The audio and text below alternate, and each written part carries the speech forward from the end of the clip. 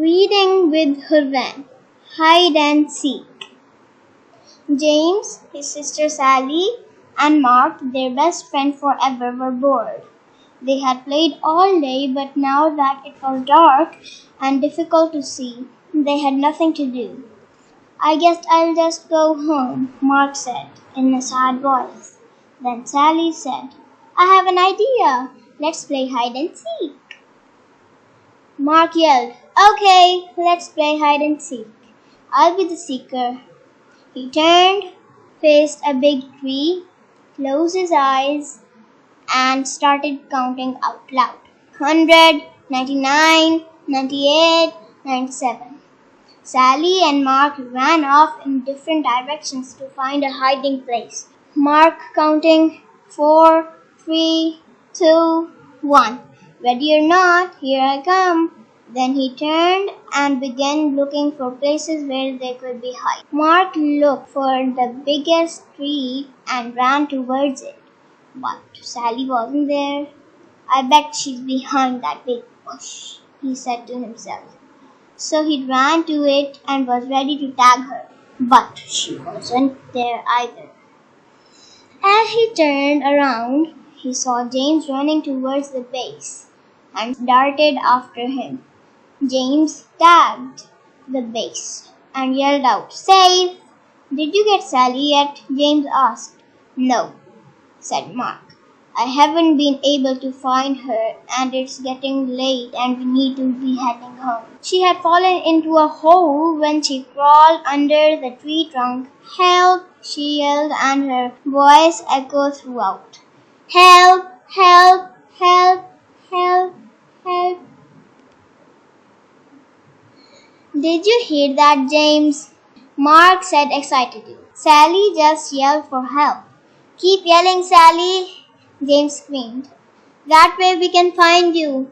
Sally heard her brother and kept screaming. After a short while, the boys were standing next to the big tree trunk.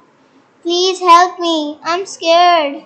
It's dark and I can't get out. Mark said, James, you stay with Sally and I will go get my dad.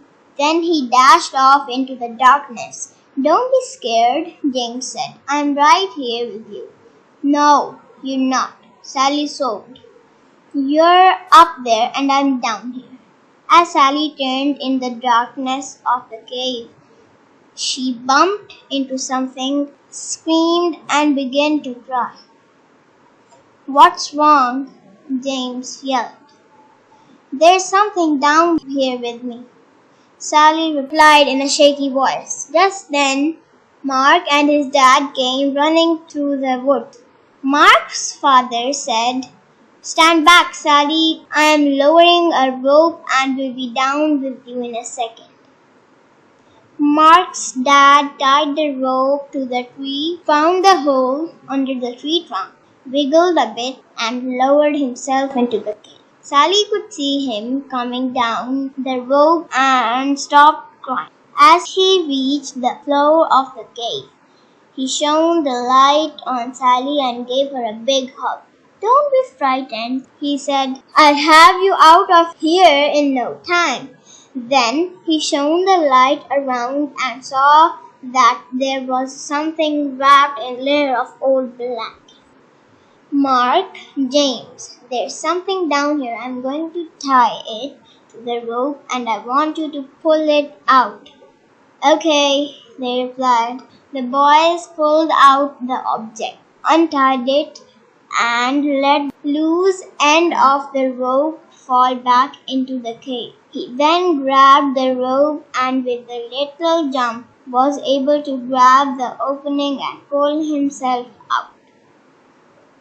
Let's go back to my house. I'll call your parents so they aren't worried. And we'll see what treasure Sally found, he said. When they got to Mark's house, they began unwrapping the treasure.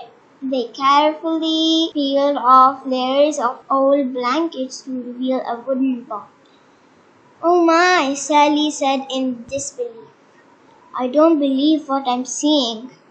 Inside the box were jewels of every kind. There were diamonds, rubies, sapphires, and emeralds of all shapes and sizes, several gold coins, and strands of pearls. "We're rich!" the boys screamed. "Not quite," interrupted Mark's father. "The right thing to do is contact the authorities." The next day, the four of them and Sally's mother drove to the police station, explained what had happened, and gave the treasure to the police to hold while they conducted their investigation. Several weeks passed with no word from the police. Then, one evening, Mark's father called James, Sally, and their parents. "The police just called, and I think you should come over right here now," he said.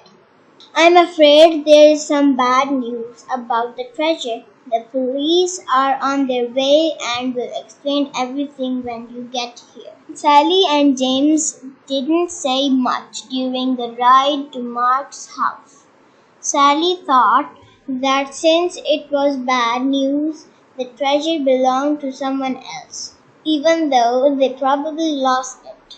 When they arrived at Mark's house, the police were there with the treasure box. As Sally entered, the captain introduced himself and said, "Sally, this is yours. Your parents need to sign some papers, but the box and its contents are yours." Sally, Mark, and James shrieked with joy and danced around the room. Mark asked, "Are you going to share?" "Of course," Sally said.